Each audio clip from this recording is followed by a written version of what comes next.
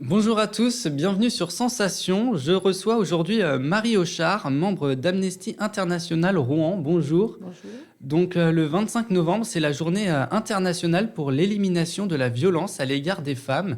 Est-ce que pour vous, c'est important que cette journée soit à l'échelle internationale? Oui, tout à fait, puisque la violence à l'égard des femmes, elle se manifeste dans tous les pays de la planète, hélas, on le constate régulièrement, oui. Et donc c'est important d'agir et donc pour ça, il y a une journée qui a été créée. Est-ce que vous pouvez toucher deux mots sur son Bien sûr. origine?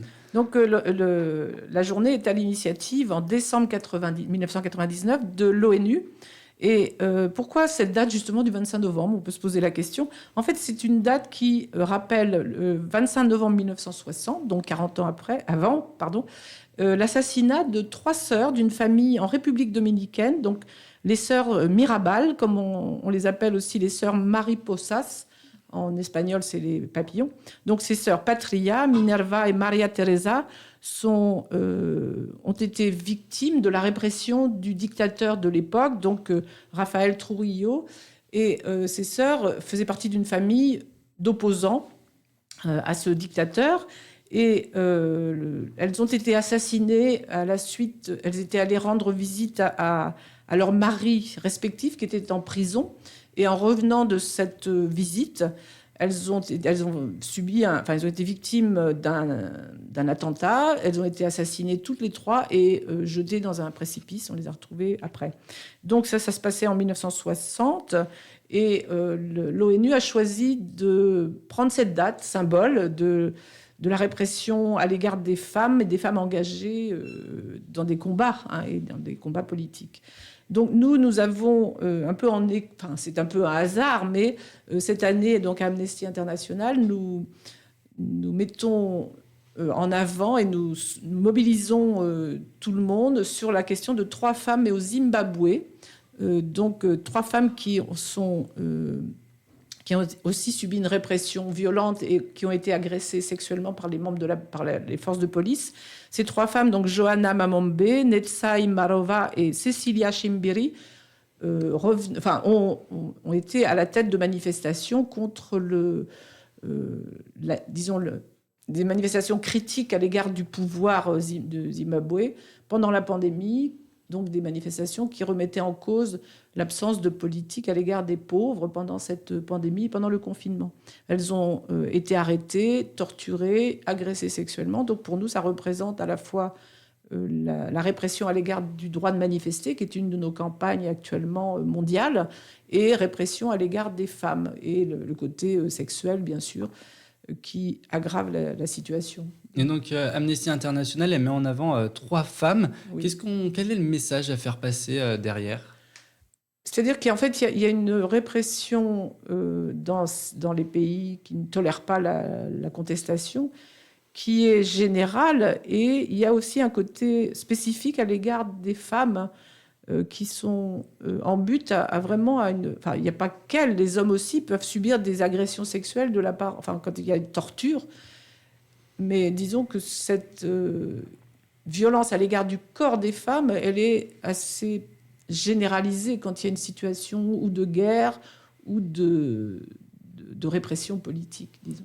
Et donc, vous l'avez évoqué, cette journée, elle a plus de 25 ans. Oui. Elle a été créée par l'ONU en 1999. Mm-hmm. Est-ce que depuis ces 25 ans, vous avez pu voir des changements? Est-ce que ça a vraiment apporté de faire une journée à l'égard de la violence faite aux femmes?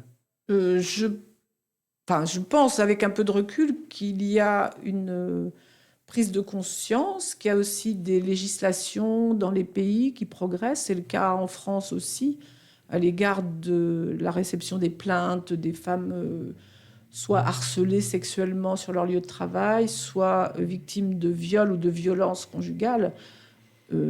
Pour avoir un peu de recul, étant donné mon parcours, disons, je peux dire qu'on en parle beaucoup plus qu'avant. Il y a eu MeToo, qui a vraiment été une campagne mondiale. Ça a été une traînée de poudre dans le monde entier. Ça a permis à des femmes de parler, de s'exprimer. Ceci dit, si on parle des chiffres, en France, par exemple, on n'a pas l'impression que les choses bougent très très vite concrètement. Par exemple, le nombre de féminicides à ce jour, on est quand même fin novembre en France, il est quasiment le même que l'année dernière. On est déjà à plus de 120 féminicides reconnus. Ça n'est pas, il n'y a pas de diminution. Hein. Le nombre de viols déclarés, où des femmes arrivent à porter plainte, il est de 4600 pratiquement. Et ce qui est affligeant, c'est qu'il y a toujours aussi peu de condamnations vraiment pour viol. Il est de l'ordre de 1%, 2%. C'est complètement, malgré tout ce qui est fait, tous les efforts, ça progresse. On ne peut même pas dire que ça progresse. Et justement, vous l'évoquiez rapidement à travers des chiffres. Comment on améliore la condition de la femme? Qui c'est qui doit agir pour faire bouger les choses? Est-ce que c'est une prise de conscience collective qu'il doit y avoir, ou bien est-ce que les sanctions à l'encontre des mauvaises personnes ne sont pas assez... Mais déjà, juridiquement, ça doit être reconnu. Comme l'inceste, en ce moment, on parle beaucoup de l'inceste à propos des enfants. Pour les femmes, c'est la même chose. Où toutes les personnes, disons, qui subissent par exemple un viol, ça doit être reconnu en tant que tel. La parole de la victime doit toujours être prise en compte sans suspicion. Quand une femme arrive à porter plainte, c'est déjà héroïque parce qu'on sait très bien qu'on va mettre en cause sa façon de s'habiller, son comportement, pourquoi elle était dans la rue ce soir-là, à cette heure-là, etc.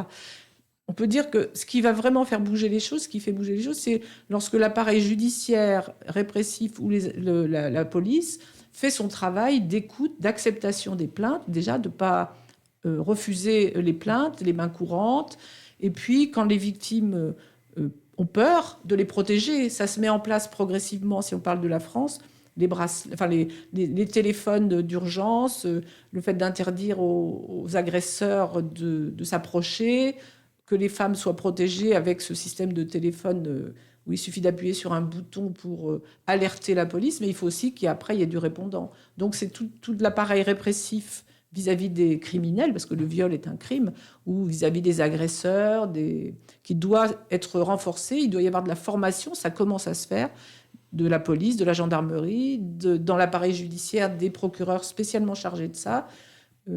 Ça se met en place, mais très lentement. Il faut de la formation aussi. Et donc, depuis peu, la place de la femme change en quelque sorte dans la société. On lui apporte encore plus d'importance. Je prends l'exemple de Rouen. Il y a ici des noms de rues qui vont être au nom de grandes femmes de l'histoire. Il y a également, de manière générale, la féminisation des mots. Est-ce que tout ça, ça permet d'avancer? Certainement, puisque quand vous prenez le métro, étant donné le nombre de personnes qui prennent le métro à Rouen, la station Palais de Justice, maintenant, c'est Palais de Justice Gisèle Halimi, par exemple. Donc, ça interroge peut-être les gens qui se disent « mais qui est Gisèle Halimi ?» Et le fait de l'avoir reliée à la station Palais de Justice, c'est bien. Ça fait se poser des questions, regarder l'histoire des femmes, les faire émerger dans les récits ou à l'école ou dans la société, montrer l'importance qu'elles ont eue, même si c'est, pour l'instant, pas suffisamment dit et évoqué. Donc justement, on va revenir à cette journée du 25 novembre. Est-ce que c'est utile de faire une journée pour l'élimination de la violence à l'égard des femmes, ou finalement est-ce que c'est juste pour faire bonne figure et se dire on les oublie pas? Les premières personnes qui en ressentent le bénéfice, ce sont les femmes ou les hommes, et les hommes qui soutiennent notre combat, ou qui sont féministes, ça existe, hein, bien sûr, il y en a beaucoup. Et pour nous toutes et tous qui sommes dans ce combat, bien sûr, c'est important de se rassembler, de parler. Et tout ce qui rend visible les discriminations ou les violences est utile aussi, puisque ça permet d'en parler, de donner la force à ceux qui sont victimes ou à celles qui sont victimes de se défendre, disons, d'aller porter plainte ou autre. Oui, bien sûr que c'est utile, oui, tout à fait. Enfin, pour finir, la campagne Unité, coordonnée par l'ONU, appelle les gouvernements, la société civile, les organisations de femmes, les jeunes, le secteur privé, les médias et l'ensemble du système des Nations Unies à unir leurs forces pour faire face à la pandémie mondiale de violence contre les femmes et également les filles. Ils ont pour projet de mettre fin à la violence contre les femmes d'ici 2030. Rapidement, est-ce que c'est réalisable ? Pas d'y mettre fin, je pense pas, mais de faire bouger les choses, oui, et que les chiffres dont je parlais tout à l'heure diminuent, c'est tout à fait souhaitable. Et est-ce qu'il y a un site internet ou une page Facebook sur laquelle on peut vous retrouver ? Bien sûr, amnesty.fr, et là vous avez beaucoup d'informations, de sujets traités. Merci Marie Auchard d'avoir Merci à été vous. avec nous sur Sensation aujourd'hui. Je rappelle que vous êtes membre d'Amnesty International Rouen et pour réécouter ou revoir cette émission, vous pouvez vous rendre sur votre application et également sur votre site internet Radio Sensation.